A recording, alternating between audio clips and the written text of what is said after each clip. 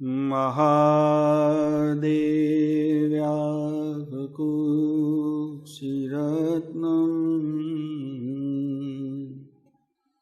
सद्गजीतर्वात्मजम्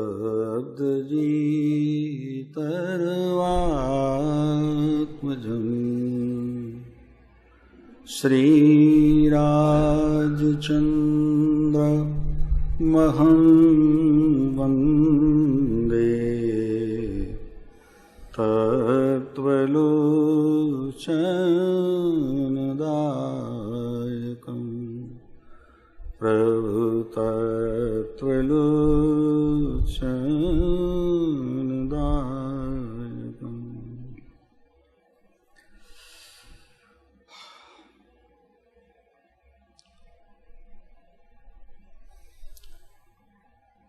પરમ કૃપાળુ દેવે ક્ષમાપણાના પાઠની અંદર એમ કહ્યું કે હે ભગવાન, હું બહુ ભૂલી ગયો. આપણી દ્રષ્ટિ સહેજે ભગવાનને જણકાર પ્રાર્થના કરતા હોઈએ એવી દ્રષ્ટિ થાય છે, પણ અહીંયા જે કૃપાળુ દેવે ક્ષમાપણાના પાઠની અંદર જે કીધું છે એ પોતાની અંદર રહેલું જે પરમાત્મ તત્વ કે જે પોતે ભગવાન છે એને ઉદ્દેશીને આ પાઠ લખાયો છે.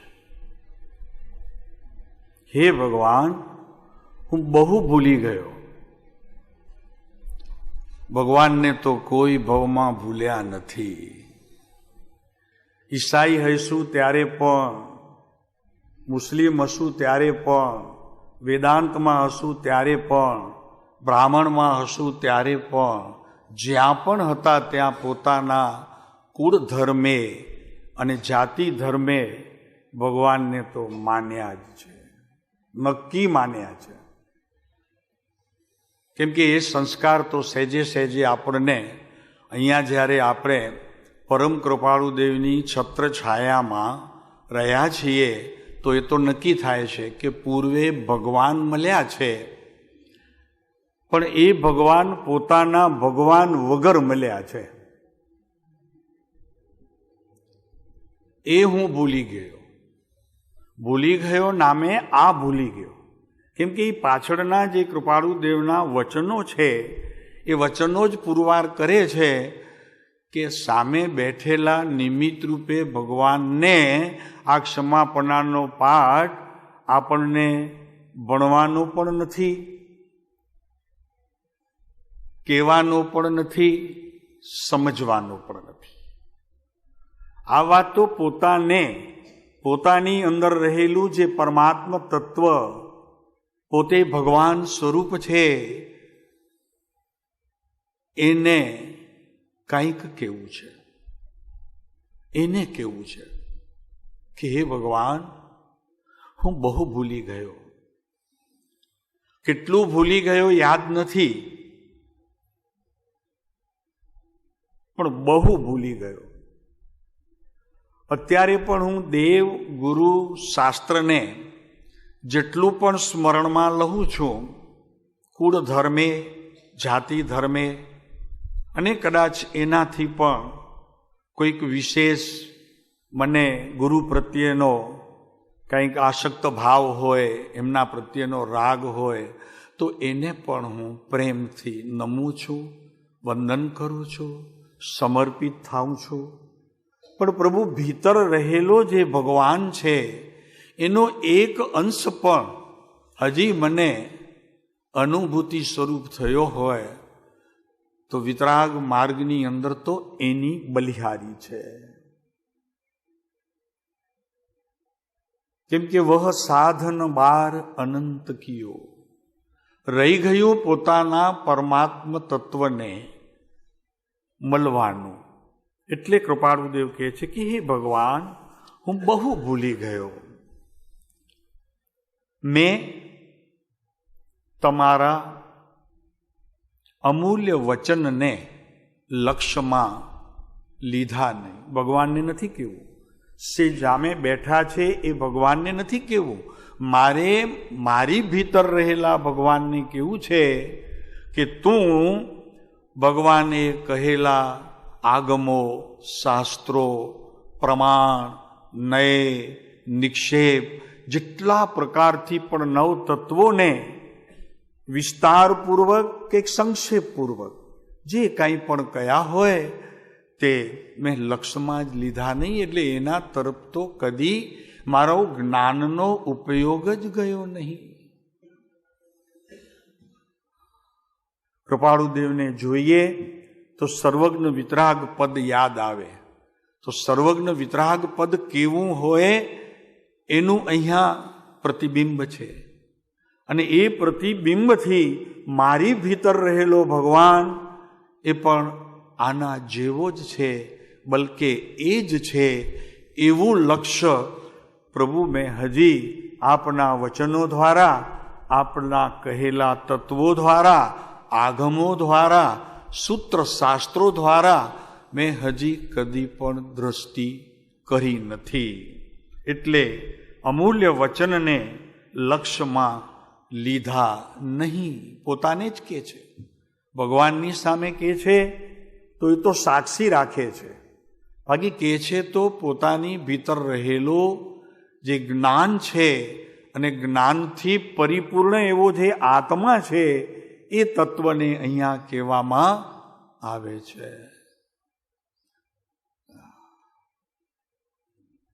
મનુભાઈને નહીં, શું નામ? મહેન્દ્રભાઈ. જો અહીંયા પણ કોઈક સંઘના નેતા તો છે, આપના સંઘના. એમ અહીંયા કૃપાળુ દેવે જ્યાં આત્મા કહ્યો તો એ આત્મા આપણો અત્યારે વર્તમાનમાં આ કડીકાળમાં નેતા છે. એને ચૂકીને આ જીવે અનંતકાળમાં જે કાંઈ પણ કર્યું છે એનું ફળ અત્યારે આપણી સમક્ષ છે કે હજી મનુષ્ય પર્યાયનો કોઈ એક આંટો પણ તો એ નહીં, તો એ નહીં. પછી કેવું પડશે અમારે? ભવચક્રનો આંટો નહીં. શું છે ઉપર પાઠમાં? અમૂલ્ય તત્વ વિચાર. અમૂલ્ય તત્વ વિચાર. આ નવ તત્વ તે અમૂલ્ય તો ખરા જ, પણ નવ તત્વને જાણનારું એવું જે જીવ તત્વ છે, એવું જે આત્મ તત્વ છે, એને ઓળખ્યા વિના જે નવ તત્વની પરિપાટીમાં હું જે કાંઈ સમજ્યો છું એ માત્ર જ્ઞાનનું ક્ષયોપસમ સમજવું. પણ નવ તત્વને જાણી એમાંથી ઊભો થઈ બહાર આવી એક આત્મ તત્વને હું જ્યારે પ્રાપ્ત કરું ત્યારે ભગવાનને એ કહેવાનો કોઈ પ્રસંગ નહીં આવે કે હે ભગવાન, હું ભૂલી ગયો, બહુ ભૂલી ગયો.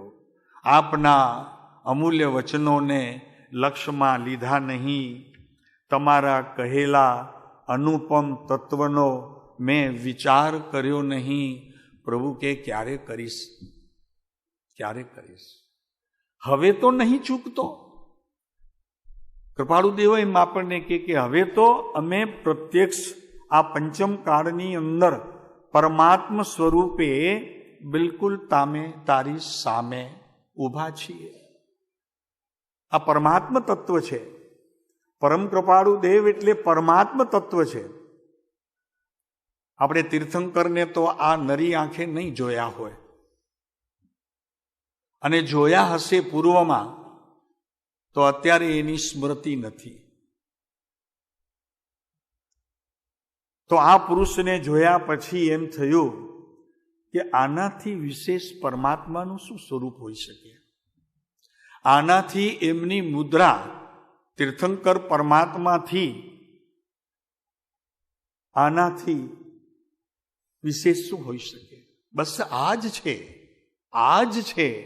એવો નિર્ણય કર્યા પછી ભીતર રહેલા જે અનુપમ તત્વ, કેમ કે ભગવાન ઓળખાશે શુભાશુભ પરિણમનથી નહીં, રાગથી નહીં, વિતરાગતાના અંશો પ્રગટ ન થયા હોય જુદી વાત છે, પણ જુદા થવાના પ્રયત્નની અંદર જેટલો હું તત્વને સમજ્યો છું અને સમજીને જેટલો મેં તેનો આદર કર્યો છે, સન્માન કર્યો છે, એ તત્વનો આદર નથી, એ મારા પ્રભુનો આદર છે. કેમ કે એમણે કહ્યું છે કે આપના અનુપમ તત્વનો મેં વિચાર કર્યો નહીં. અનુપમ તત્વ સાહેબ, તો ક્યાં અનુપમ તત્વ? કેમ કે શુભ હોય કે અશુભ કૃત બંને હોય, આ બંનેનું ફળ તો ભોગનું મૂળ છે. બંને ભોગના મૂળમાં છે. તત્વનો અભ્યાસ કરીને આ બે પદાર્થોથી, શુભ અને અશુભથી છૂટી અને જે શુદ્ધ ભાવ જે છે, મૂળ તત્વ છે મારું, એ તત્વને અને એની ચિંતવના મારે સૌથી પ્રથમ કરવી જોઈએ. જ્યારે ભગવાને એમ કીધું કે વિશ્વમાં અનુપમ તત્વ, જેને કોઈ ઉપમા ન આપી શકાય એવું તીર્થંકર પરમાત્માથી પણ તારા માટે અધિક તત્વ, એનો તું સ્વામી છો.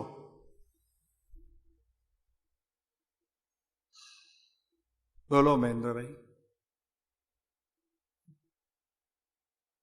કેમ કે તીર્થંકર પરમાત્માને ઓળખાવનારું જે તત્વ છે, એ તત્વ તો મારી પાસે સ્વતંત્ર છે. એટલું જ નહીં, પણ અનાદિકાળના પરિભ્રમણમાં એ તત્વે અન્યનો આશ્રય ગ્રહણ કર્યો નથી, અને જેટલો આશ્રય ગ્રહણ કર્યો છે તેટલો તે સંસાર પામ્યો છે. માટે જ્ઞાનીઓ, તીર્થંકર પરમાત્માઓ, કેવલીઓ એમને એમ કહે છે કે તત્વને ગોખ નહીં, તત્વને ગોખવા કરતા એને પોખવાનો પ્રસંગ આવે એ વિશેષ તારા માટે લાભનું કારણ છે. અને આ ભવથી છૂટવું હોય તો પરમ કૃપાળુ દેવના આશ્રય જો શોધ કરવી હોય તો તે પોતાના આત્મતત્વની શોધ કરવા માટે તત્પર રહેવું જોઈએ. એને ગોખવું નથી, એને પોખવું છે મારે. પોખાય ક્યારે? વરરાજા જાન આવે ને તો એને પોખવાનો આનંદ કેટલો હોય. હે, જોયું છે? એની માને કદી મળ્યા છો? એ પોતે પોતાને ભૂલી જાય, એને ભૂખ ન લાગે તે દિવસે, ખાઈ ન શકે, તે ખાવા બેસે તો ઊંઘી ન શકે, અને ઘરના કે બા ઊંઘી જાઓ, હવે જમી લો. તો કે આજે હોય જમવાનું, આજે તો ભગવાન મારે આંગણે પતાર્યા છે. આ જ્ઞાની ધર્માત્મા કહે છે કે એને તો મારે પોખવા છે અને પોખીને મારે ચાખવા છે. ઓહો, ચાખશો પ્રભુ? તો કે હા, મારી ભીતર રહેલું તત્વ અનંતકાળની પરિભ્રમણમાં એક સમય પણ મેં ચાખ્યું નથી. ગુરુને ચાખ્યા છે, પણ મારી ભીતર રહેલું જે તત્વ છે એને કદી મેં હજી સ્પર્શ કર્યો નથી. કઈ નર પંચમ કાળ મેં દેખી વસ્તુ અભંગ. આ પુરુષે જોઈ છે, આપણને એ બોધ આપે છે કે મેં કહેલા, અમે કહેલા, ભગવાને કહેલા અનુપમ તત્વનો વિચાર કરો. જે શુભાશુભ ભાવથી ન્યારો છે, એક સમય માત્ર પણ પોતાની પવિત્રતાને એણે આભળવા દીધો નથી. ઓલા હોય ને ભાઈ, એક આવે છે ને, આપણે એક સમાજ છે ને, સ્નાન કરીને આવે ને પછી ભગવાનની પૂજા કરે ને કોઈ અડી જાય તો ફરી નાહવું પડે. હા, બરોબર છે ને? વળી પાછો બહાર આવે ને કોક અડી જાય તો વળી નાહવું પડે, વળી પાછું આવે કોઈ તો નાહવું પડે. એમ કેટલી વખત સ્નાન કરે? જેટલી વખત કોઈક અડી જાય તો સ્નાન કરે. પણ આ ભીતર રહેલા ભગવાનને તો હજી રાગનો, મોહનો, સંસારનો એક અંશ માત્ર પણ આભળ્યો નથી. એને આભળછેટ લાગતી નથી. માટે મને મળવું બહુ સુગમ છે. હું રાગથી પણ પરમાત્મા પાસે જઈને વિતરાગતાના અંશો લઈ અને પાછો ફરું. કેમ કે એમાં રાગનો, મોહનો, દ્વેષનો, કસાયોનો કોઈ કણ પ્રવેશ્યો જ નથી ભાઈ, નથી પ્રવેશ્યો કોઈ. માટે તે કઈ નર પંચમ કાળ મેં દેખી વસ્તુ અભંગ છે. મારો પ્રભુ અભંગ છે, કોઈનાથી ભાંગે એવો નથી. એમ નહીં, મારા સિવાય એને કોઈ સ્પર્શી શકે. ઓહો, વાત શું છે પ્રભુ! મારું તત્વ મારા સિવાય બીજો કોઈ એને સ્પર્શી શકે નહીં. એવા પરમાત્મ તત્વનો હું સ્વામી, અને હું બહારના તત્વોને સ્પર્શું, આનંદ માનું, શુભાશુભ પ્રવૃત્તિ કરી એ બંધ દશાને પામું.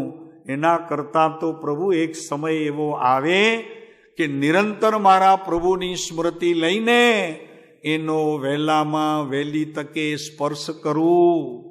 બહુ ભૂલી ગયો ભગવાન, હું બહુ ભૂલી ગયો. જો આગળ કહે છે શબ્દો, તમારા કહેલા અનુપમ તત્વનો મેં વિચાર કર્યો નહીં. 17 વર્ષની ઉંમરમાં આ પાઠ લખાયો. 24મા વર્ષે કૃપાળુદેવને આત્મદર્શન થયું. કારતક સુદ 5મથી પૂનમની વચ્ચે કોઈ પણ દિવસે. ત્યારે પ્રભુને કોઈકે કહ્યું કે સાહેબ, તમે આ 17 વર્ષની ઉંમરે આ મોક્ષમાળા લખી છે, હવે 24મા વર્ષે આપને આત્મદર્શન થયું છે, તો કંઈક વિશેષ એમાં લખવું છે, સુધારો કરવો છે. તો પરમ કૃપાળુદેવનો એ ઉત્તર આવ્યો તો કે ભગવાન જેને સ્પર્શાયા હોય એ પહેલા કે પછી એમાં શું સુધારો કરવો? સુધારો તો એ હોય કે મેં પરના કોઈ ભગવાનને સ્પર્શ્યા હોય અને મારા ભગવાનનો મને સ્પર્શ ન હોય, એનો તફાવત મને જણાય તો કંઈક ઉમેરું. આ તો શરૂઆતથી સયોપસમ સંકિત લઈને તો મારો જન્મ થયો છે અમારો. પ્રભુ શું વાત છે! સયોપસમ સંકિતની સ્થિતિએ રહીને આ પ્રભુ તો અહીંયા આવ્યા છે. યોગ મળ્યો છે, પણ જોગ પ્રાપ્ત આપણને કરવો પડશે ભાઈ. યોગ મળી ગયો છે. અને કૃપાળુદેવે આખા વચનામૃતમાં એક આત્મતત્વને જ ગાયું છે. બહુ સુંદર, બહુ રૂપાળું એટલા માટે છે કે આજ દિવસ સુધી તે આભડછેટને પામ્યો નથી. એના કારણમાં શું છે? ફરી એક વખત કહીએ કે મારા સિવાય એને કોઈ પણ સ્પર્શી શકે નહીં. આ વાત તીર્થંકર પરમાત્માની વાણીમાં અનંત તીર્થંકરો થયા તો વારંવાર એ વાત આવ્યા કરે છે. એટલે તો પોતાના આત્મતત્વને મોક્ષનું બીજ કહ્યું છે. તીર્થંકર પરમાત્મા બેઠા છે, કૃપાળુદેવ બેઠા છે, બીજા પણ ગુરુઓ બેઠા છે. એમનું આત્મતત્વ એમના કાર્ય માટે, મારું આત્મતત્વ મારા કાર્ય માટે. એમ તીર્થંકર પરમાત્માનો પણ બોધ છે, જ્ઞાની ધર્માત્માનો પણ એ જ બોધ છે, ગુરુઓનો પણ એ જ બોધ છે. તો અહીંયા કહે છે કે પોખવા પછી એને ચાખવા છે ને, જીભે ચખાય. પણ આત્મતત્વને જીભ નથી, એને ઇન્દ્રિયો નથી. પણ એ શેનાથી ચાખશે? તો કે વેદન નામના ગુણથી એનું વેદન લઈને મારા આત્માને શાંતિ ઉપજાવશે, આનંદ ઉપજાવશે. અપૂર્વ પ્રસંગ મારા જીવનની અંદર એવો આવશે કે પૂર્વે કદી પણ મેં અનુભવ્યો નથી. એવો પ્રસંગ મને આવશે. ત્યારે હું સાહેબ તમારા આ પ્રશ્નનો, તમારા આ વચનોનો ઉત્તર દેવા સામર્થ્ય હોઈશ. પ્રભુ આપે કીધું કે તમારા કહેલા અનુપમ તત્વનો મેં વિચાર પણ કર્યો. વિચાર કરી અને પછી નજીક પણ ગયો તો સાહેબ આપે જ કીધું છે, સત તો તને એક સમીપ પણ અસમીપ નથી, નજીક જ છે. પછી એ વાતનો મને લક્ષ્ય થતાં હું આપના પ્રત્યે પ્રયાણ કર્યું મેં, અને એનાથી આપનો સ્પર્શ થતાં એવું વેદન થયું કે પ્રભુ આપ મળ્યા બરાબર. આપ તો મળો નહીં હવે, કેમ કે આપ જ્યાં બેઠા છો ત્યાં આપને હું શોધવા આવીશ તો મારા આત્માની શોધ રહી જશે. કેમ કે તો હું મને શોધું તો આપ મળે, આપ મળો, પણ હું મને ન શોધું અને આપને શોધું તો આપ મળવાના નથી. કેમ કે આપ આપમાં છો, મારું તત્વ મારામાં છે, વિશ્વના તમામ સાધકોનું તત્વ એનામાં છે. હું મને શોધું પ્રભુ, મારી શોધમાં લાગી જાઉં, એ મારા માટે ઉત્તમ ધર્મ છે.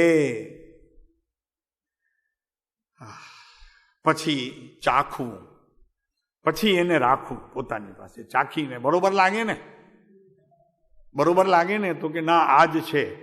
આ ગુરુ કહેતા હતા એ આ છે, પરમ કૃપાળુ દેવ કહેતા હતા એ આ છે, તીર્થંકરોએ પણ કહ્યું હતું તે પણ આ જ છે. પછી એને રાખવું, ત્યાં સુધી રાખવું નહીં, ત્યાં સુધી આ બહારના છે, આ બહારના છે, આ બહારના છે. પ્રભુ ક્યાં સુધી તારે જવું પડશે?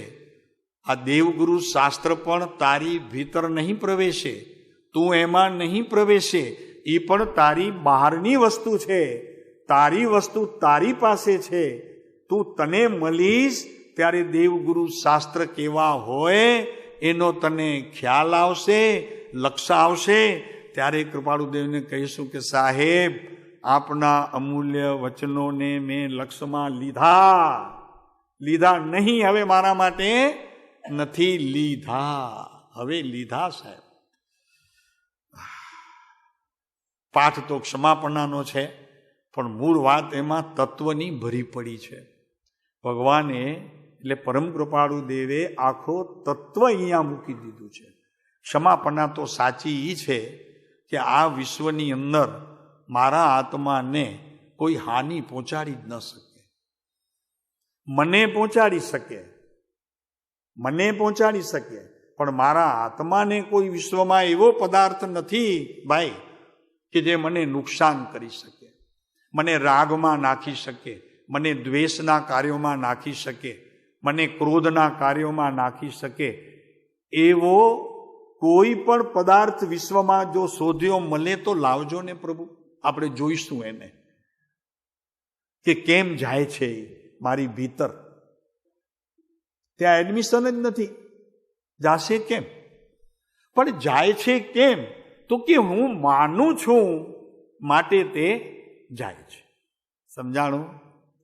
હું માનું છું જશે, એવી અશ્રદ્ધાના બળે, અજ્ઞાનના બળે, મિથ્યાત્વના બળે આ પ્રવેશ કરે અજ્ઞાન, અને એ અજ્ઞાનથી મારી માન્યતા બદલે કે ન સ્પર્શ કરનારો બહારના કોઈ પણ પદાર્થને આ સ્પર્શી ગયો ક્રોધ, માન, માયા, લોભ વગેરે.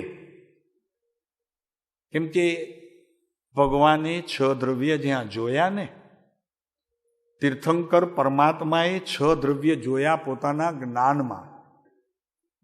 એ તો ખબર છે ને, નામ આપણને 6 દ્રવ્યના તો ખબર છે. તો 6 દ્રવ્ય એવા જોયા ભગવાને કે એમના ગુણને અને એમની પર્યાયને અને પોતાના દ્રવ્યને છોડીને બારમાં કોઈની સાથે ભળતા નથી એવા ભગવાને જોયા, કે કોઈની સાથે કિંચિત પણ ભળતા જોયા નહીં. એમ કરીને લખી નાખ્યું કે વિશ્વમાં પ્રવર્તતા 6 દ્રવ્યો તે સ્વતંત્ર છે, પોતાના ગુણ પર્યાયને જ સતત ભજે છે, અન્યને ભજતા નથી, માટે તેની સ્વતંત્રતા જળવાય છે, એનું શાશ્વતપણું કાયમ રહે છે, એનું સનાતનપણું કાયમ રહે છે. જો બીજાને સ્પર્શે, બીજાની જોડે ભળી જાય તો તે શુદ્ધ રહે નહીં, નક્કી અશુદ્ધતા થઈ જાય. એમ જ્યારે જગતના પદાર્થો સાથે રાગ સાથે, મમકાર સાથે, અહંકાર સાથે હું જ્યારે ભળી જાઉં છું ત્યારે ખરેખર આત્મતત્વમાં તો એનો પ્રવેશ નથી, પણ મારી માન્યતા એવી થઈ ગઈ કે હું બળી ગયો. બળી ગયો એ માન્યતા છે, મિથ્યાત્વનો એક પ્રકાર છે, ભ્રમણા છે. કેવી ભ્રમણા? એક ભાઈ જતા હતા ટ્રેનમાં, પહેલવેલા સફર કરતા હતા અને જતા હતા બેંગ્લોર બાજુ. તો રસ્તામાં એક બીજો મિત્ર હતો, એમની જોડે જતા હતા. તો એક મિત્રે એમણે આપી તો કે આ પીશો. પેપ્સી હતી, પેપ્સી. પેપ્સી તો આ પીતા હશો ને? આપ પીઓ છો પેપ્સી? નથી પીતા? અચ્છા, સારું છે, તો તમે ભ્રમણાથી દૂર છો. તો પેપ્સી આપી ઓલાને, બીજા એમણે પણ પીધી અને એમના મિત્ર હતા બાજુમાં પણ, ગામડાથી આવેલો ને પહેલવેલી સફર હતી, તો લીધું એણે. તો લીધું ને તેવી ભોગદો આવ્યો, ટર્નલ કે ને એને, ટર્નલ આવી ગઈ. હવે જ્યાં એ ટર્નલ આવી અને અંધારું થઈ ગયું, તો એને એમ થઈ ગયું કે આ પીધું ને મારી આંખ ગઈ. સમજાણું? એને એમ થઈ ગયું તો કે આમાં શું આપ્યું તે, મારી આંખ ગઈ, હું જોઈ નથી શકતો. સમજાણું? આમાં તો શું ખરેખર પેપ્સીમાં એવો કોઈ ગુણ હતો, અવગુણ હતો કે એનાથી? તો પછી કેમ એને ગઈ, એમ લાગ્યું કે મારી આંખ ગઈ? એને શું થયું? અરે ભાઈ, ભ્રમણા થઈ. કારણ કે પહેલવેલો આવતો તો ટર્નલમાંથી પાસ નહોતો થયો ને, ટર્નલમાં પાસ થાય તો સેદી અંધારું તો હોય જ. તો એને એવી ભ્રમણા થઈ ગઈ. એમાં આપણને ભ્રમણા થઈ ગઈ છે કે પર પદાર્થનો હું સ્વામી છું, પર પદાર્થ મારામાં પ્રવેશી શકે, પર પદાર્થનો હું કંઈક કરી શકું. આ મહેન્દ્રભાઈ અત્યારનું કરતા હશે ને, બધાનું 65 જણાનો આ આવ્યા છે, બધા એ જ કરે ને, એને પૂછીને કરો ને તો એમને એમ થઈ જાય કે જો હું બધું કરું છું. પણ હવે કરવાવાળો કોણ છે એ શોધે તો મળે નહીં એમને, કેમ કે જે કરવાવાળો છે એ બહાર આવતો નથી, અને જે બહાર આવે એ કરી શકે નહીં. અરે ઓલી મુશ્કેલ પડી જાય. એમ આવી ભ્રમણાઓનો ભારો લઈને અનંતકાળની પરિભ્રમણ દશામાં આપણે ખરેખર ભટકીએ છીએ, આ મિથ્યાત્વના કારણે. આ અંધકાર, મિથ્યાત્વ એક અંધકાર છે કે જે સાચું ન સુજાડે અને ખોટામાં સાચાની માન્યતા કરાવે, એનું નામ મિથ્યાત્વ. સાચું સુજાડે નહીં, અને જો સૂજે તો જીવને શ્રદ્ધા બેસાડે નહીં. એ બધું એનું, હું તો બરોબર છું, હું તો બરોબર જ છું, ઠેકાણે છું. પણ એ અજ્ઞાનના કારણે ને આવી ભ્રાંતિના કારણે હું ખરેખર અત્યાર સુધી ભટક્યો છું. તો તમારા કહેલા અનુપમ તત્વનો મેં વિચાર કર્યો નહીં. સાહેબ, હવે કહીશ મેં વિચાર કર્યો, આજે કહી શકીશ આ રાજનગરના ક્ષેત્રમાં. તો કે ઓહો, પ્રભુનો વિચાર આજે કરી શક્યો.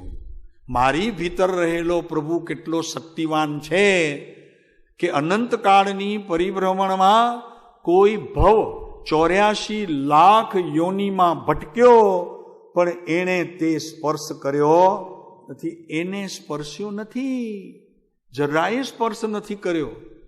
કેમ કે ભગવાને એના જ્ઞાનમાં જોયું કે જેમ 5 દ્રવ્ય બીજા સ્વતંત્ર છે, તેમ 8/6 તારું જે આત્મદ્રવ્ય છે તે પણ સ્વતંત્ર છે.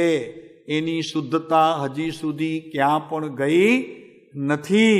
રાહ તારી જુએ છે કે તારી પર્યાયમાં આવા પ્રકારનો નિર્ણય ક્યારે થાય, એને અહીંયા શુદ્ધ પર્યાય કહેવાય.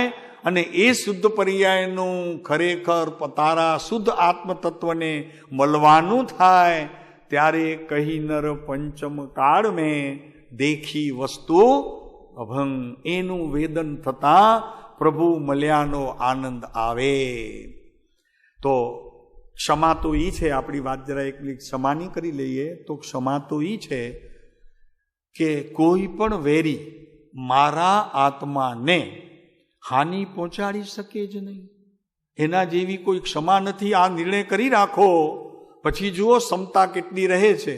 પછી સામાયિક પાડીને સામાયિક કરવાની જરૂર નહીં રહે. તે જ સમયે જ્ઞાન સમ્યક નિર્ણયે પહોંચ્યો એ તમારી સામાયિક. કેમ કે સામાયિકમાં તો ક્રિયા એક જ થાય છે. જ્ઞાનની સમ્યક વિધિ થવી, ક્ષમતાએ ત્યાં પહોંચવું, બસ એનું નામ સામાયિક છે. તો તારી સામાયિક તો ત્યારે જ થઈ ગઈ કે અજ્ઞાનને તે તારું માન્યું નહીં અને તારામાં કોઈનો પ્રવેશ નથી એવો નિર્ણય તે જ સમયે કરીને તું સામાયિકનો તે સમયે સાચો અધિકારી થયો. મહેન્દ્રભાઈ, અમારી પાસે મહેન્દ્રભાઈ ઘણા છે. પછી થયું કે આ બધા ઇન્દ્રથી આવ્યા છે, ઇન્દ્રલોકથી, એટલે મહેન્દ્ર મહેન્દ્ર મહેન્દ્ર, આમ ઘણા મહેન્દ્ર હોય. અને આ બધું કેમ થાય છે? તો કે પૂર્વે આ જીવે અજ્ઞાન કાળમાં મનુષ્ય થયો હોય છતાં પણ નિમિત્તને પૂર્વે એણે આરાધ્યો છે. નિમિત્તને આરાધ્યો છે, પોતાનું ઉપાદાન ચૂક્યો છે. પોતાના ઉપાદાનની શક્તિનું એને માપ, એનું પ્રમાણ એને કદી પણ ખ્યાલમાં નથી આવ્યો. એના કારણે નિમિત્ત ઉપર 12માં દ્રષ્ટિ ગઈ છે અને નિમિત્તથી ખરેખર આત્માની આરાધનામાં રોકાયો. તેથી એને અત્યારે સંસાર છે. એમ અહીંયા તીર્થંકર પરમાત્માની ઓમકાર ધુનીમાં આવેલા નાદને આ શાસ્ત્રોમાં આચાર્યોએ ઉતાર્યો છે. ભાઈ, હાનિ તો ન પહોંચાડી શકે, પણ વાત એવી છે મહેન્દ્રભાઈ, જરાક આકરી છે.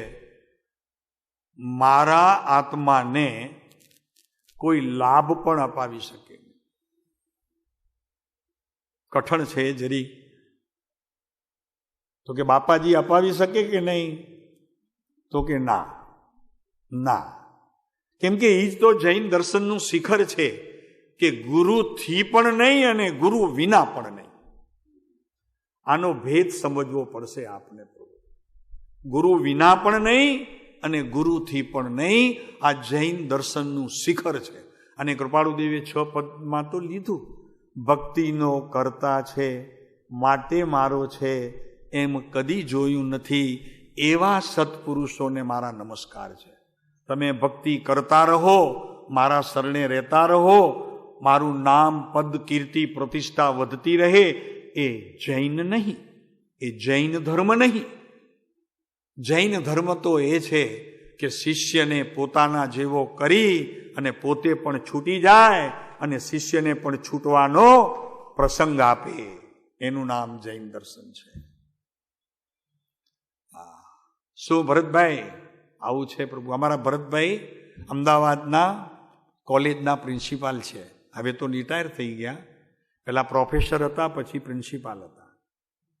અને અહીંયા રહે છે બંગલો બાંધીને. હવે બંગલો બાંધે છે ને હવે અમે એમને બીજું બંગલો બંધાવા કહેશું, સમ્યક્ત્વનો બંગલો બાંધશે. તૈયારી તો એવી છે એમની આ સાધના કેન્દ્રની અંદર. તો આપણી વાત ચાલે છે કે કોઈ વેરી મારું કાંઈ બગાડી શકે નહીં. તો એ તે જ સમયે સમતા ગુણની પોતાના જ્ઞાનમાં હાજરી થતા એને અહીંયા જ્ઞાનીઓ સામાયિક કહે છે. અને બીજી વાત, હાનિ તો ન પહોંચાડી શકે પણ મને કોઈ લાભ પણ ન અપાવી શકે. કેમ? તો કે ભગવાનની વાણીમાં એમ આવ્યું છે કે તારો કોઈ પણ ગુણ અન્ય દ્રવ્યમાં પ્રવેશ કરે નહીં. આ નિયમ છે, અબાધ્ય નિયમ છે, જે કદી ન મટે એવો આ સિદ્ધાંત છે. કૃપાળુદેવે લીધું છે કે સિદ્ધાંત તો અમને આખે આખું અમે અમૃતની જેમ પી ગયા છીએ. એટલે વાત કરે આ પ્રભુ.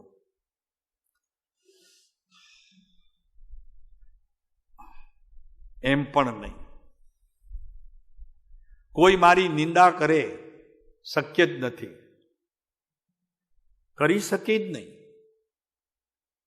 અને જો એ કરે છે તો તો પોતાના આત્મદ્રવ્યની અંદર દેખાતો દોષ એની નિંદા કરે છે.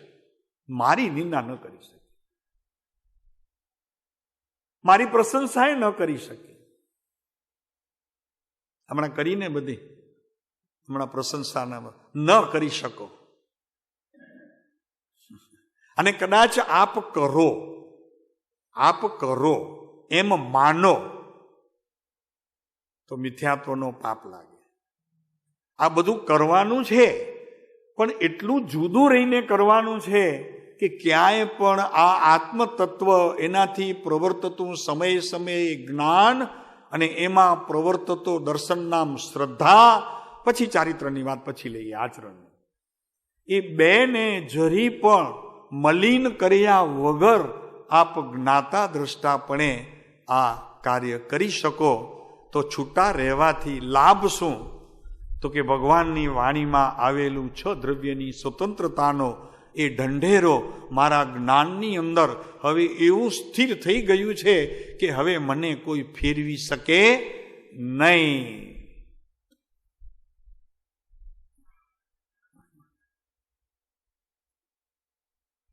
આવું છે.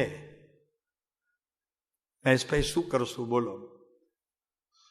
બીજો કોઈ ભક્ત થઈને મારી ભક્તિ કરી શકે એમ પણ બને નહીં. આ સિદ્ધાંત છે હો.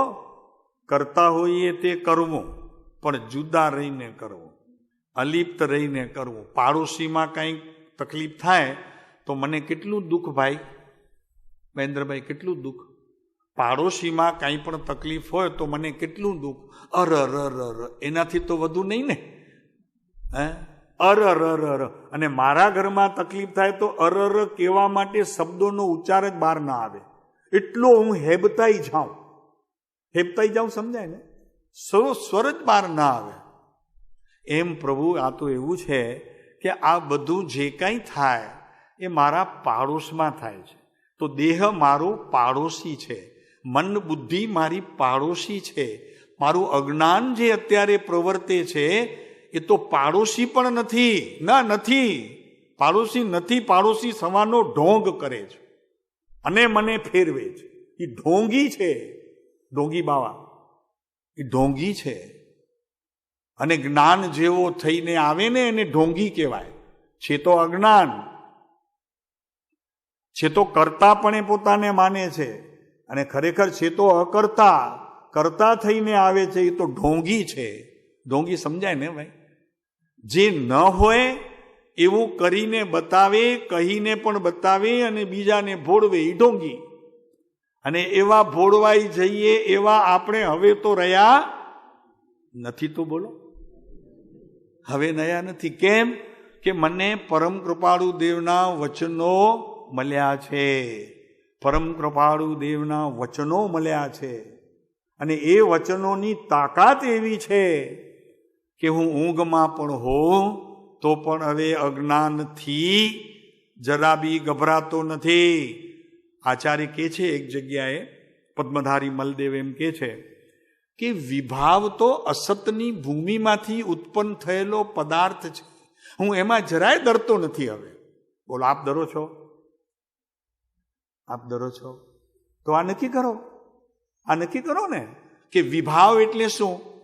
વિભાવ એટલે સમજાવ છે ને, રાગ, દ્વેષ, ક્રોધ, માન, માયા, હાસ્ય, રતિ, અરતિ, ભય, શોક, અહંકાર, મમકાર, મારાપણું, આ ઘર મારું, આ દુકાન મારી, આ ધન મારું, આ બધું મારું.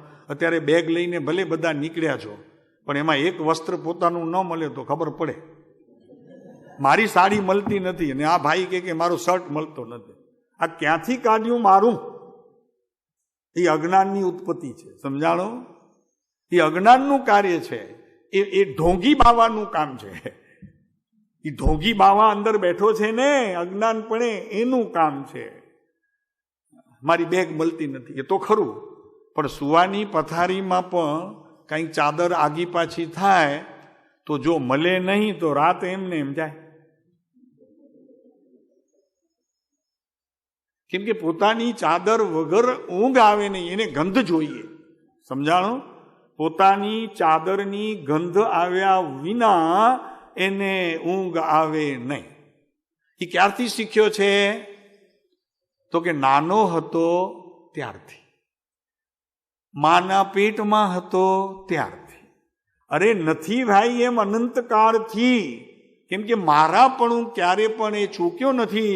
આ મારાપણાનું ફળ છે જે અત્યારે પોતે માણી રહ્યો છે. બરોબર છે? ન મળે ત્યાં સુધી ચેન પડે? મળતી નથી, મારી મળતી નથી. ગઈ ક્યાં? હા, ક્યાંય નથી ગઈ ભાઈ, અહીંયા જ ક્યાંક હશે. જાય ક્યાં? એ તો જડ છે, એ ક્યાં જાય? એને કોઈક લઈ જાય તો જાય, બાકી તો જાય.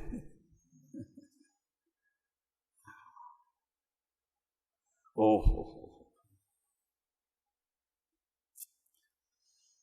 એટલે બીજો કોઈ જીવ મારી ભક્તિ કરે તો હું ભગવાન ન થઈ જાઉં. સમજાણો? અને ભક્તિ કરનાર એમ માને કે મને ભક્તિનો લાભ મળશે, બીજાની ભક્તિ કરું તો મને લાભ મળશે, તો પુણ્યબંધ જરૂર થશે. પણ એ પુણ્યબંધ તો ભવભ્રમણનું કારણ થશે. અહીંયા તો કૃપાળુદેવે આપણને એ કીધું કે વીત્યો કાળ અનંત તે, બોલો સાથે, કર્મ શુભા શુભ ભાવ એહ શુભા શુભ છેદતા.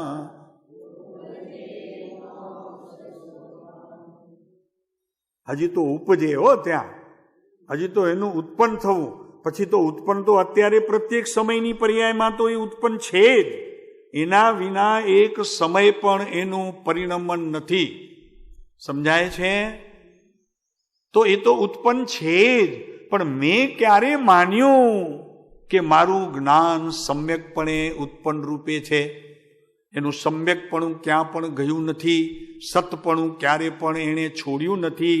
એ ન છોડવાનું, ન ક્યાંય બહાર જવાનું કારણ શું? તો કે વસ્તુ વ્યવસ્થા એવી છે, કાંઈ આમાં કોઈ કરી શકે નહીં. કોઈ જીવ આમાં કરી શકે નહીં. વસ્તુ વ્યવસ્થા એવી ભગવાને જોઈ છે. તો પહેલી વાત ખ્યાલ આવી કે આચાર્ય પદ્મધારી મલદેવ એમ કહે છે કે વિભાવ તો સતની ભૂમિમાંથી ઉત્પન્ન થયેલો જે પદાર્થ છે એની સાથે મને ભૂતકાળમાં પણ કંઈ લેવા દેવા નહોતું, ભવિષ્ય વર્તમાનમાં પણ લેવા દેવા નથી, અને ભવિષ્યકાળમાં પણ મને એની સાથે લેવા દેવા નથી. પહેલા ભાગીદાર હતો, પણ હવે છૂટો થઈ ગયા પછી મહેન્દ્રભાઈ આ તમારા ભાગીદાર આવ્યા. તો કે આવ્યા એટલે હવે નથી, એમ તમે કહી દો ને તરત જ. એ તો પહેલા હતા, હવે ક્યાં છે? એમ આપણને કહી દેવા હવે શક્તિશાળી છીએ પરમ કૃપાળુ દેવ મળ્યા પછી.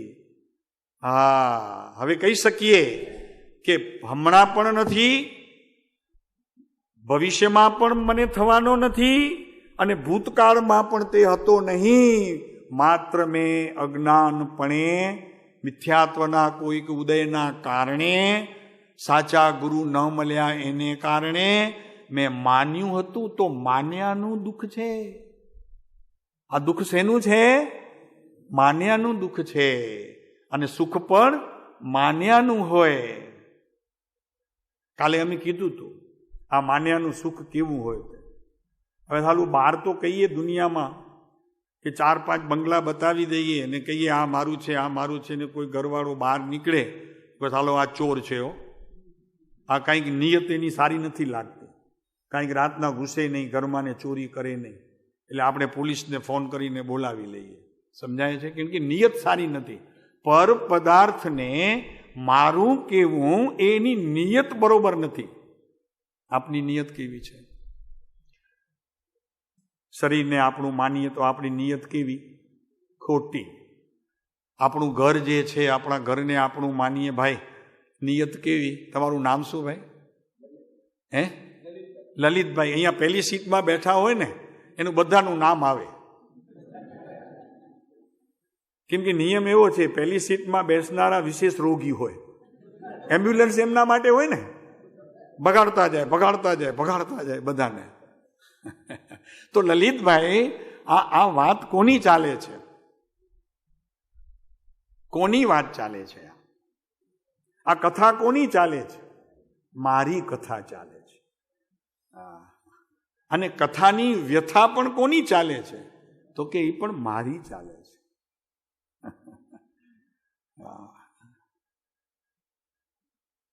आप आपको भूल गए, आप आपको भूल गए, इनसे क्या अंधेर, समर समर अब असत है, नहीं भूलेंगे.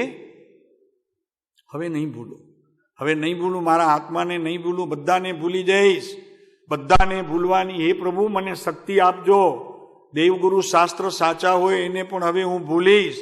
હવે સત્યની સ્થાપના હું મારામાં કરીશ, મારા આત્મામાં સત્યની સ્થાપના કરીને આપને ઓળખીશ. ત્યારે સાચી ઓળખ મારી પણ થશે, આપની પણ થશે.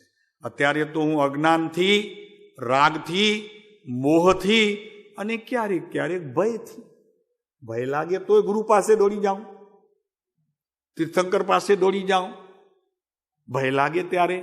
પણ હવે ભયથી રહિત થઈને હું તમારી પાસે એવી રીતે આવીશ, નિર્ભય થઈને તમારા શરણે આવીશ. કેમ કે મેં મારું તત્વ ઓળખી લીધું, મારું તત્વ ઓળખી લીધું ત્યારે પ્રભુ આપ ઓળખાયા. આપ એના વગર નથી ઓળખાતા. પોતાનું જ્ઞાન જ્યાં સુધી સમ્યક નિર્ણય પહોંચીને વિકાસરૂપ થતો નથી ત્યાં સુધી કોઈ દેવગુરુ શાસ્ત્રને યથાર્થપણે ઓળખી શકે નહીં. અરે એટલું જ નહીં પ્રભુ, તમે પરમ કૃપાળુ દેવને ઓળખી શકો ત્યારે કે જ્યારે ભીતર દીપ પ્રગટે ત્યારે. તમારા પ્રકાશથી તે પ્રજ્વલિત થશે, બીજાના પ્રકાશથી તમે એને નહીં ઓળખી શકો. નલિનભાઈ ને હે લલિતભાઈ, લલિતભાઈ, લલિત એટલે સુંદર મજાનું. જરી વાત થોડી આકરી લાગે શ્રવણ કરવી, પણ વસ્તુ સ્થિતિ એવી છે કે વ્યવસ્થા જ ભગવાને કંઈક આવી જોઈ. ગણધરોએ આવી લખી, આચાર્યોએ આવી આચરી અને એવું મૂક્યું આપણી સમક્ષ. શું કરી શકીએ આપણે? ઘરની તો વાત નથી, વચનામૃતથી તો બહાર જતા નથી. અમારે તો નિયમ છે વચનામૃતથી તો બહાર જવું નહીં, કેમ કે બહાર જઈને હવે એના દંડના અધિકારી આપણે શા માટે થઈએ? હવે સમજ્યા પછી. બરોબર છે મહેન્દ્રભાઈ? અરે એટલું જ નહીં, પણ દુર્જન સુખી થઈ જાય એટલો ભાવ કરવો. ભાવના સારી છે, ભાવ પૂરતી બરોબર છે, પણ એની ભાવના કરવા જેવી નથી. કેમ કે એટલું કરવા જઈએ તો આનું કલ્યાણ થાય એમ કહેતા હું પરનું કલ્યાણ ઈચ્છું છું, મારું કલ્યાણ રહી જાય છે. ભાવ કરવા સારા છે, ભાવના ન કરવી. ભાવના નામે એ પદની સાથે, એ બોલની સાથે એકાગ્રતા ન કરવી. એટલે તો કૃપાળુ દેવે આત્મ ભાવના, ભાવતા શબ્દ લીધો છે, ભાવ નહીં. ભાવનું તો વિશેષ કરીને ઉદયની સાથે સંધિ કરતો, પ્રવર્તતો માત્ર એક કારણ છે. ભાવ હંમેશા ઉદયની સાથે એકાગ્રતા કરતો હોય છે. અને ભાવનામાં હું સ્વતંત્ર છું. જોડાવું ન જોડાવું, ભળવું ન ભળવું, માનું ન માનું, કરું ન કરું, સ્વતંત્ર છું.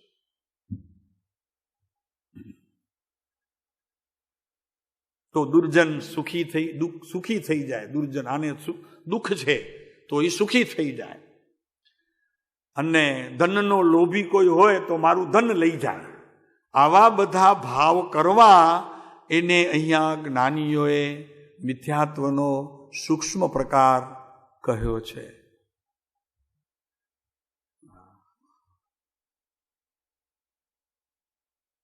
છે ને આનંદગંજીના પદ આવે છે ને, મિથ્યા મતિ અપરાધણ જાણી, ઘરની બહાર કાઢી, હો મલ્લી જીન સેવક કિમ અવગણીએ. આ મિથ્યાત્વ એવું છે, સ્થૂળ અને સૂક્ષ્મ. પહેલા સ્થૂળ નીકળે અને સ્થૂળ નીકળતો જાય તેમ સૂક્ષ્મનો અભ્યાસ પોતામાં આવતો જવો જોઈએ. એટલું આ સૂક્ષ્મ મિથ્યાત્વના પ્રકાર છે. અને નહીંતર એક વાત આપણને કેમ ખ્યાલ આવે કે મહાવીર સ્વામીના સમયમાં, મહાવીર સ્વામીની હાજરીમાં સંગમ દેવતાએ તેજો લેસ્યા છોડી કેમ ભગવાન બચાવી ન શક્યા?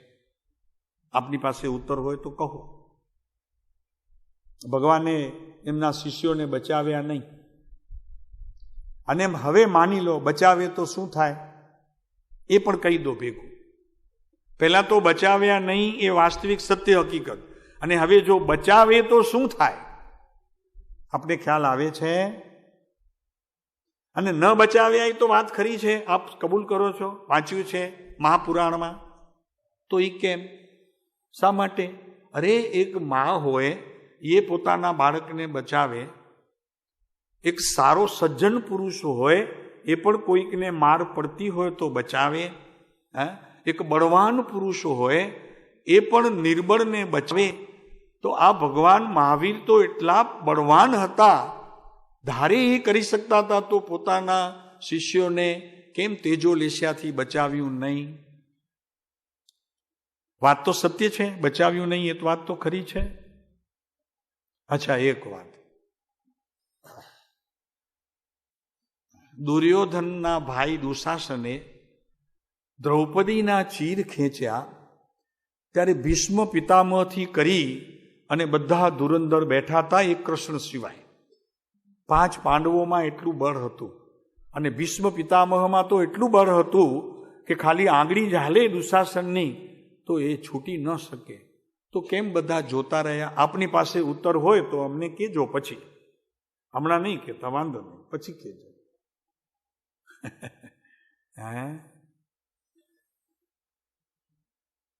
અચ્છા, ઠીક છે, હજી આગળ ચાલીએ. તો નેમનાથ ભગવાનને જો ખબર હતી, 3 જ્ઞાનને જાણનાર હતા, મતિ શુદ્ધ અવધિથી તો જેણે જન્મ લીધો તો, અને ચોથું મન પર જ્ઞાન પ્રગટવાનું હતું કેવળ દીક્ષા લીધા સમયે, તો એમણે શા માટે રાજુલને પરણવાની તૈયારી કરી? અને પછીથી ખબર પડી કે આ પશુઓ, પૂછ્યું એમણે નેમનાથ ભગવાને કે આ શા માટે? તો કે આપના લગ્ન છે, જાનને જમાડશે, તો પાછા કેમ ન વળ્યા ત્યારે જ? આનો ઉત્તર પણ આપની પાસે હોય તો જરા જોજો, સંશોધન કરજો. એ સંશોધન નેમનાથ ભગવાનનું નહીં હોય, એ સંશોધન ભીષ્મ પિતામહનું નહીં હોય, એ સંશોધન મહાવીર સ્વામીનું નહીં હોય, એ સંશોધન દ્રૌપદીનું નહીં હોય, એ સંશોધન તમારું હશે, એ આપનું હશે. આપના જ્ઞાનની અંદર એની જેમ જેમ ખીલવણી થતી જશે તેમ તેમ આત્મા પણ ઉભરતો એક સમયે, આમ બીજું કાંઈ નહીં કરે તો ડોક્યું તો કરશે જરા. હજી સુધી ડોક્યું કર્યું? ડોક્યું નથી કર્યું?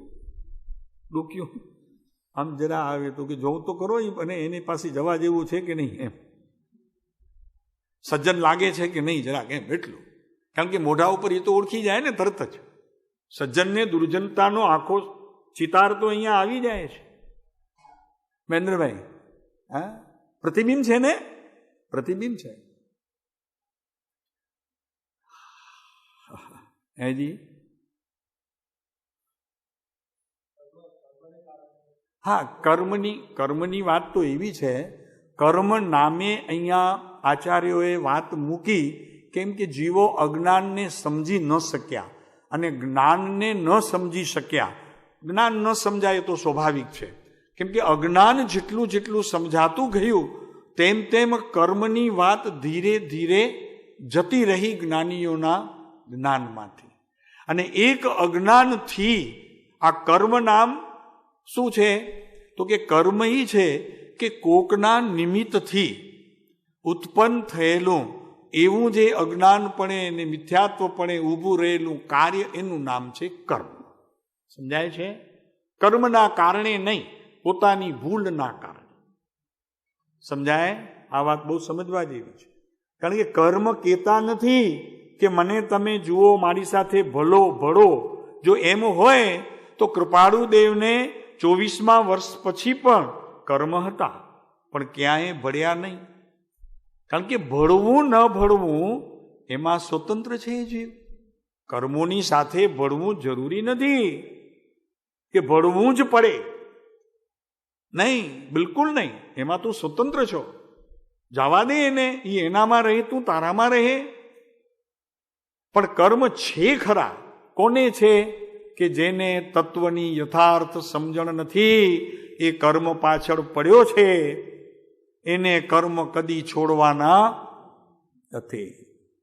એ મિથ્યાત્વનો પ્રકાર, અજ્ઞાનનો પ્રકાર સમ્યક પ્રકારે પોતાના જ્ઞાનમાં જેમ જેમ નિર્ણિત થતો જાય તેમ તેમ કર્મોની વાત જે છે તે પોતાના બુદ્ધિની અંદર મનથી પણ એ બધી જતી રહે છે.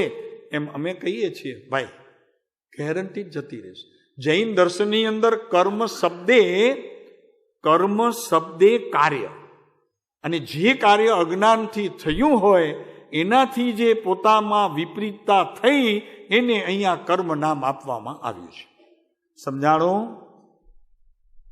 કર્મ કોણ હૈ? કર્મ બિચારે કોણ? કર્મ બિચારે કોણ? બિચારા હો. ભૂલ મેરી અધિકાઈ, અગ્નિ સહે ઘન ઘાત, લોહે કી સંગતિ પાઈ. શું ગુનો કર્યો અગ્નિએ? લોહાની સાથે સંગતિ કરી તો શું પડ્યું? ઘણ પડ્યા લુહારના, ટીપવાના. નહીં સમજાણો? અગ્નિનો શું ગુનો? અને એકલી રહી હોત તો કોણ ઘણ મારે એના ઉપર? પણ સંગતિ કરીને એમ આ અજ્ઞાની જીવે રાગ, દ્વેષ, ક્રોધ, માન સાથે તો કરી, પણ આ દેહ સાથે પણ મમતા કરીને મારું માન્યું. ત્યાં પણ જ્ઞાન ઘૂસી ગયું, અજ્ઞાનપણે માની લીધું. પડે માર પછી તો કોણ છોડે? કોણ? ભાઈ કોણ છોડે? લલિતભાઈ, હા, લલિતપણે રહે નહીં. લલિત લાલાયતપણે રહે તો જગતની સાથે એકત્વ કરે. સમજાણું?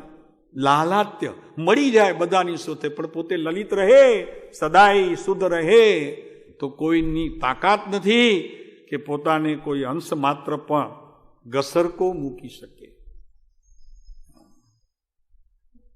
એટલે 1.5 કલાક વાંધો નથી ને?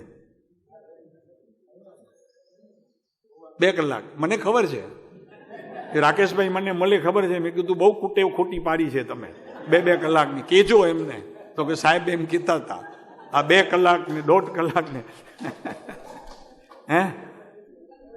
અરે સારું છે, શ્રવણ કરવું તો સારું છે, કાંઈ કરવું નહીં, કાન ખુલ્લા. બોલવું તો હજી મોઢું ખોલવું પડે. અને એમાં શબ્દના ઉચ્ચારની સાથે જીભ પણ ઊંચી નીચી થયા કરે. સમજાય? આમાં તો કાંઈ જ નહીં. જિંદાબાદ. અને હાલ મળે શબ્દ બધાથી છેલ્લા. 5 ઇન્દ્રિયોના વિષયમાં બધાથી છેલ્લા મળે એટલે પુણ્ય તો ઘણું આપણું. 5 ઇન્દ્રિયોમાં કર્ણ જે મળે છે એ તો સૌથી છેલ્લા મળે એટલે પુણ્ય તો ઘણું આપણું, બહુ પુણ્ય. કાંઈ વાંધો નહીં. કેજો કે 1.5 કલાક તો એમણે ચલાવ્યો, પછી થોડીક તો અસર એમને થઈ. એટલે એમની ના થઈ પણ એમના ત્યાંથી આવેલા મુમુક્ષુઓની અસર થઈ. એટલે અમારે 1 કલાક, 1 જ કલાક, 60 મિનિટ પૂરી, 61 મિનિટે ચોપડો બંધ.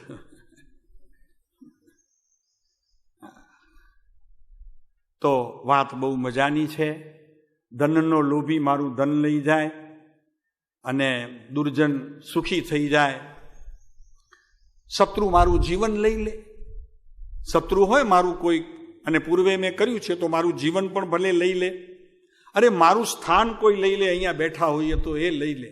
એટલી ઉદારતા પણ, અને મારું સુખ હોય એ પણ હું લઈ લે, કાંઈ વાંધો નહીં, બધું લઈ લે મારી પાસેથી. આવી રીતે આખું જગત સુખરૂપ રહે એવી જે ભાવના એ કરવા જેવી ખરી, પણ જ્ઞાનમાં નાખવા જેવી નહીં. એની સાથે ત્યાં લઈ જવું નહીં, એને એ યાત્રા કરાવવાની નહીં. તમારા પરિણામ કંઈક મિથ્યાત્વને અનુસરનારા હોય, અગર તો કંઈક પાપને અનુસરનારા હોય ત્યારે આ ભાવ કરવા સારા.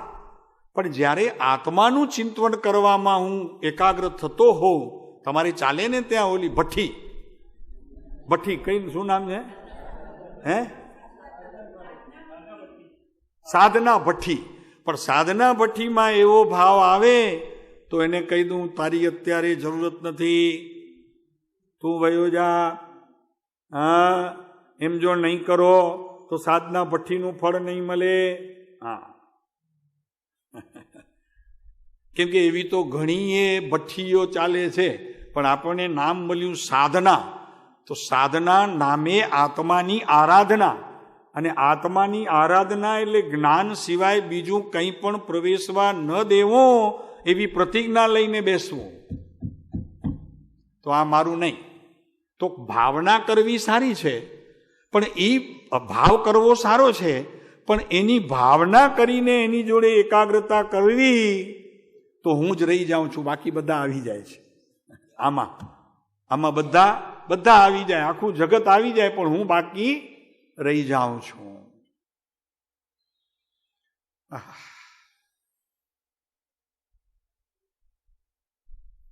આ તત્વની ઘેરાઈઓ આપણને આપણી ભીતર જે પ્રગટતો એક દીપ છે, સતત જ્ઞાન રૂપે સતત જાગે છે.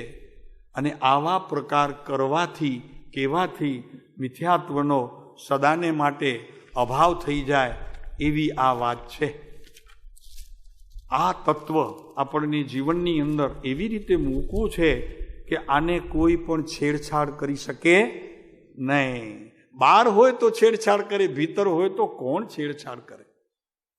આ બધું ભીતર ચાલતું હોય, અંદર ખબર ન પડે. હા, પણ ગુરુને ખબર પડે તો ત્યારે તમને કે નહીં.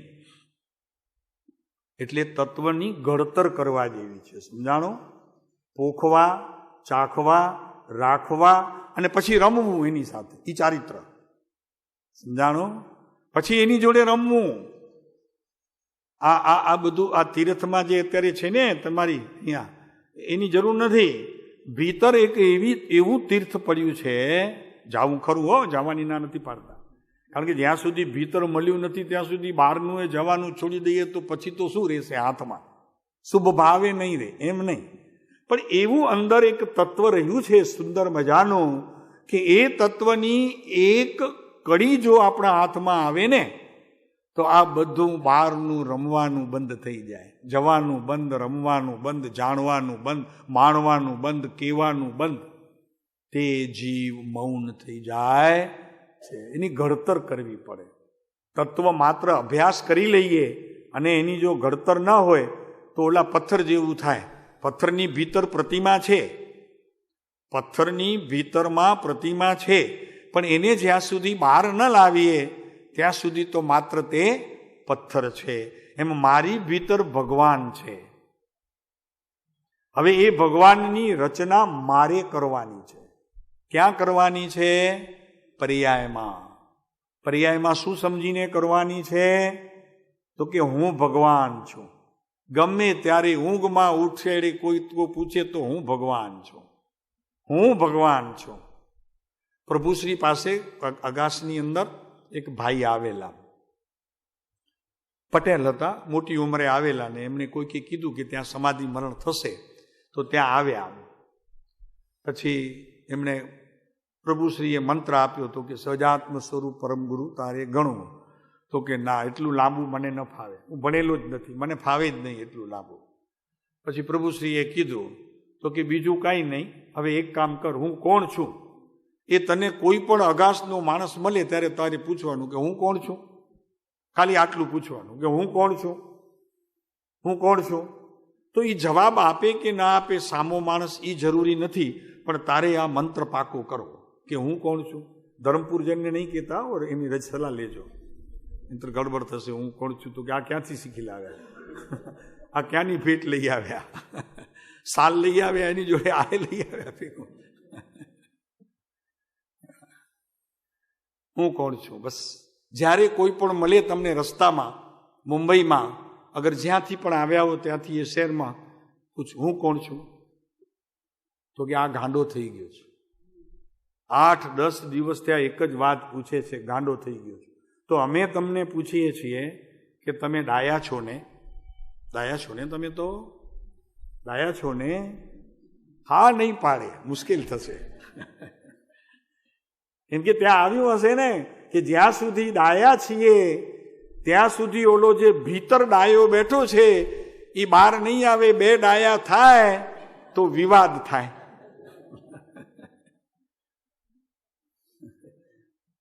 એટલે ગાંડા થવું પડશે. શું થવું પડશે? ગાંડા થવું પડશે.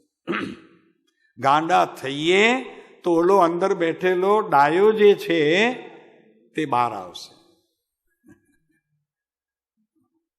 એટલે ઘડતર કરવી પડે અને ભીતરથી જાગવું જોઈએ. જાગૃતિ અંદરથી હોવી જોઈએ.